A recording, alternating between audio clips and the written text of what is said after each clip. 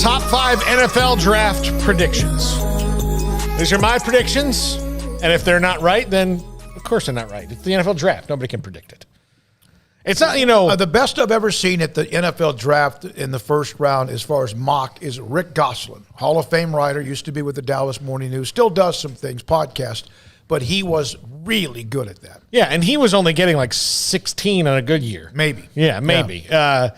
It's not like Joe Lenardi who had that perfect bracketology that year where he just nailed it, like even the regions and everything. Remember that. Okay. Yeah, he had one.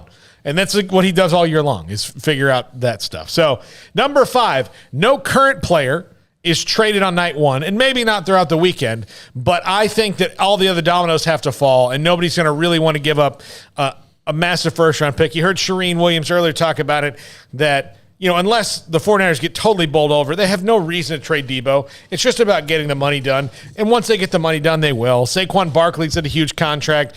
A.J. Brown, that's probably not going to happen either. The Titans have no impetus to trade him either. Will Baker Mayfield get traded?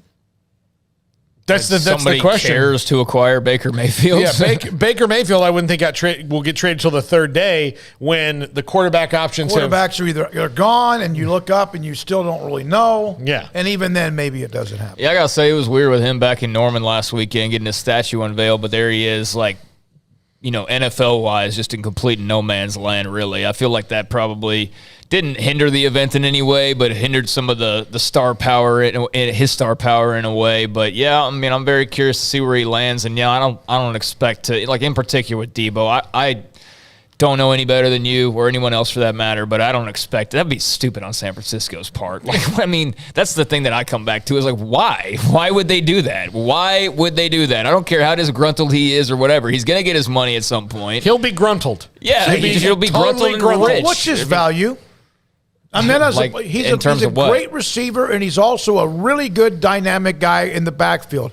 If you're going to trade all that crap for him, you're going to want him to do the same thing. And what is the one thing he's complaining about, although we know it's money, is he doesn't want to be used as much as a running back. That's the value. That's what made him such a freak. Or he would like running back value in his contract. Kind of like Taysom Hill try to get value as a quarterback rather than as a tight end or whatever. Exactly. Look, he wants it all factored in. Yes. Like, look, it's if you're going to use fair. Yeah.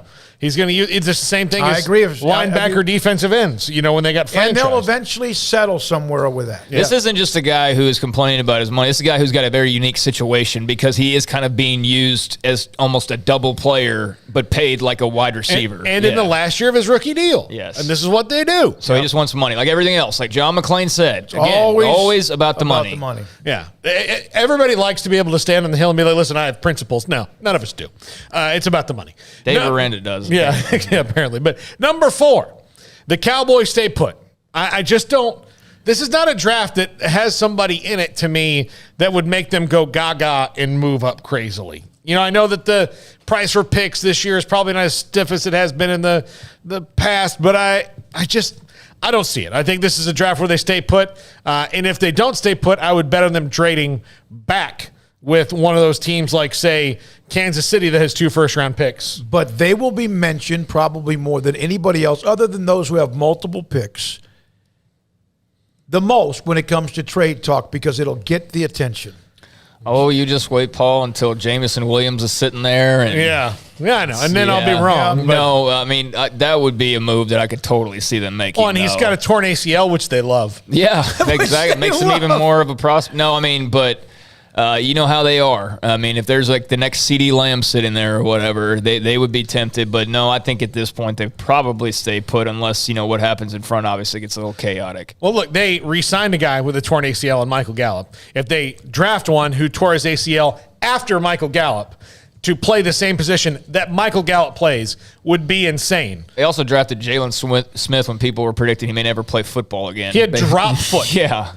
Which I've had, and that sucks. That's scary. That's scary stuff. I'm glad he got over that like I did. That's scary, though. Drop foot is one of the scariest sounding things in the world. Just imagine you can't move your foot. Like, no matter what you do that you would normally be able to move your foot up and down, it doesn't move, and it's frightening because it's like having a dead foot, basically. Yeah. Number 3, the Eagles and/or Saints package and move up for a wide receiver. I think these are the two teams that need them the most. They've got 2 picks in the first round, and they want to make sure that they get a good one. And when the run starts happening, or if, say, it's Drake London, and the Eagles want to get up to 10 or 9 to go get him if he's still there, I could see them doing that because they have the 2 first-round picks. They can make it happen, and they need someone who is a big-time receiver in all aspects of it. And they did really well with Devontae Smith, but they need somebody to pair with him because Jalen Reagor so far has proved to be an okay punt returner and hasn't played a lot.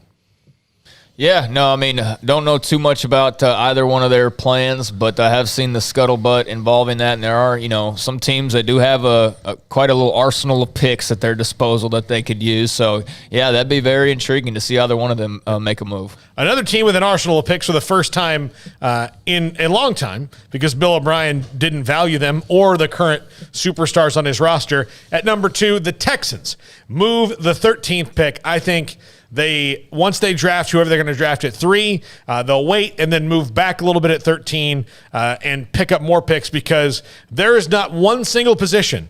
I apologize to you, Davis Mills, but there's not one single position on the Texans that you could not convince me that they could find a better player in the draft than they have right now. Yeah, I mean, I get that there's some things that people like about Davis Mills, but when John McClain was so matter of fact about him, I'm just like, really? We all are that sure on this guy right now? But yeah, the Texans have a lot at their disposal. New head coach and Lovie Smith. And I want to say it was Nick Caserio was talking, I guess, pre-draft stuff, and they were asking him about what the percentages were of them, I guess, using both picks, actually sitting there and selecting. And he said 99% with that first one.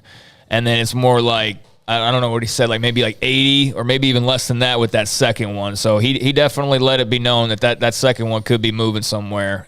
So, yeah, they got a lot of – it's an exciting draft for the Tech. Didn't they had no first-rounder last year? Was that right? No first-rounder for the last 2 or 3 years. Yeah, it's been a while. No second-rounder last year either. I mean, so they'll have a fun time here over the next few days, Texans fans. Number 1, the Jags take Trayvon Walker, number 1 overall.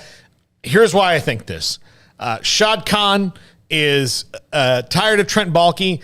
I think he's kept Trent Baalke on to do the administrative work leading up to the draft. Baalke should take Aiden Hutchinson, who's more of a sure thing than Trayvon Walker, but Shad Khan doesn't like sure things. He likes flash and dash, and Trayvon Walker's that guy, even though I do think the best things they do, even though they signed Cam Robinson to an extension today, their franchise left tackle, they should draft a right tackle because the most important thing for the Jaguars in this draft is putting big people in front of Trevor Lawrence, which they need to do badly, but I don't know if they do that until the second round, which they still might get a good one then, but I think they take Trayvon Walker here, and then Trent Baalke by June 1st is the ex-GM of the Jaguars. Well, man, that would be great news. I don't know why Baalke has been so just bulletproof there, almost it seems like, or at least he's stuck around. But yeah, I mean the Jags.